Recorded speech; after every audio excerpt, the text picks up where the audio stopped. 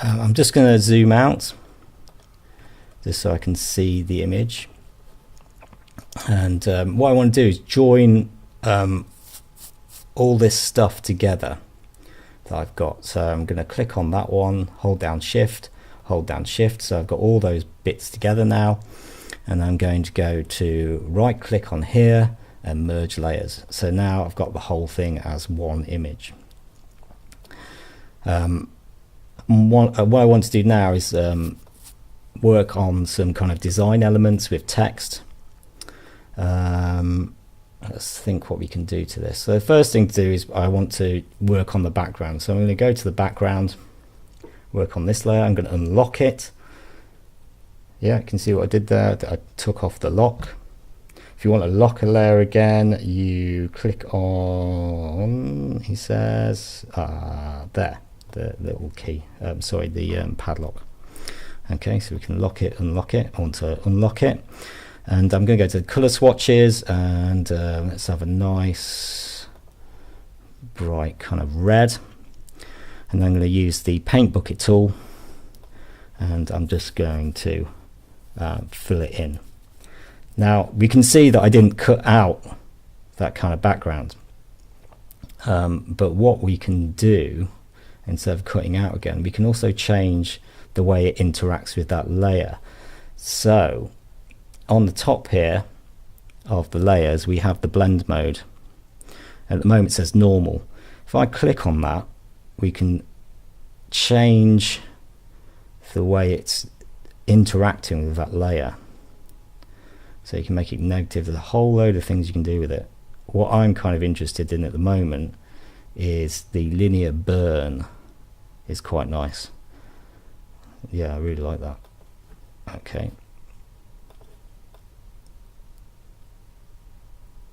And let's free transform that. Gonna make it a bit bigger. Remember to keep it locked. And something like that. Quite like that. So now I'm going to add some text to it. Okay, I've decided this band is going to be a French band and they're going to be called hang on, I've not explained anything. Let's start again. So I'm going to put some text in. So I'm going to go to the text tool here with the T. I'm going to click on here and I'm going to at the top menu bar here where we've got all our kind of text settings, I'm going to click on the black text, the black box, and turn it to white. So now I've got white text. I'm going to type in and put caps lock on les mutants. Okay, and you can see that's incredibly small, so we want to make that bigger. So with the text tool still selected and I've got my little text icon here, I can click and drag over that and then I can change the size of it up here. So it's currently 3.52 points. Let's drag it up and make it big. There we go. Maybe that's just too big. Yeah. Les mutants. If I go to edit and free transform, I can make it, I can change the shape of it. I'm going to keep its aspect the same. Let's put it there. Let's drag it up. As you can see, it's top layer so that I can put it wherever I want. If I want to change the font, I can select it and click and drag, and then up here I've got the font settings. Let's load some fonts up. Oh, and I can drag through, although that's not very helpful because I can't see what I'm doing. So another thing you can do is just click on it and then use the arrow keys. I don't know what kind of font I'm going for. Certainly not Comic Sans. I quite like what I already had. That's nice. Bit Greek. What was that? I don't know. Oh, some web dangles. Let's go back to what I was kind of had going before. I want to kind of, yeah, I like that. Let's go with that. Okay, let's stick that there. I'm going to experiment with making a circle background. I kind of like the idea of like a cockerel, maybe the sun coming up. So let's click on here, and this is the rectangle tool. But what I do want to do is make a circle. So first of all, just so I don't mess anything up, I'm going to create a new layer. This is layer 5. And I'm going to click on that, and I'm going to select the ellipse tool. This is going to make me a circle. So I'm going to hold down, or before I do that, the properties for the ellipse are at the top. And where it says fill, this is what this will fill the shape in this case red, but what I want is white. And the stroke will be the outline around it. I don't want any stroke around it. And then I hold down shift because I want to make sure it's a circle. I'm going to drag it out. And there we go. Got my circle. I'm going to drag that down. I'm going to drag it underneath. And moving wrong one. Oh, come on. So what I'm going to do is actually I'm going to lock that layer so I don't keep moving it. There you go. Go to the ellipse.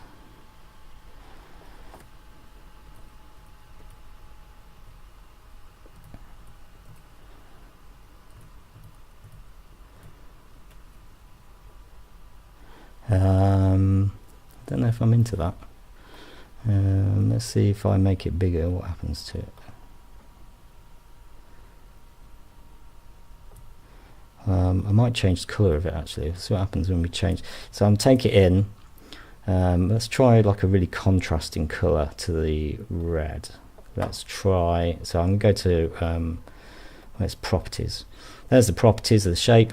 So I'm going to change that to blue. What's a green? No, that was horrible. That's looking better. Oh yeah, I'm liking that.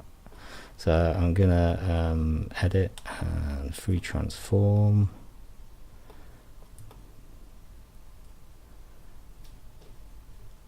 I kind of have no idea what I'm doing now. It was looking good. I don't know. What's this like? Yeah. Yeah, what I might do is increase the contrast of my chicken just so it stands out a bit more. I think what I really want to do is do 2 layers really of a different layer property. But so I'm going to make that darker so it's a bit more, it's a stronger interaction. So on layer 4, I'm going to deselect the lock tool and go to image adjustments, and I'm going to no, I'm not going to convert to black and white. I'm going to go to curves, and this will change the contrast of the image by clicking on it. You can see it's coming a lot darker. Yeah, that's what I wanted to do.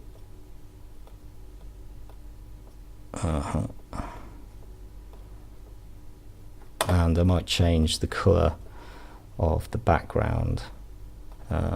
So this layer here, image mode, adjustments, hue, saturation. If I take the lightness up, what happens?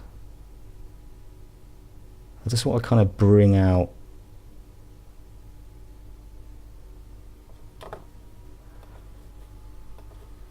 the image a bit more.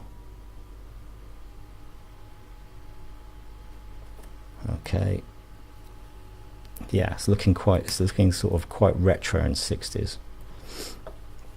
And then what else am I going to do to it? I don't know, I'll have a think.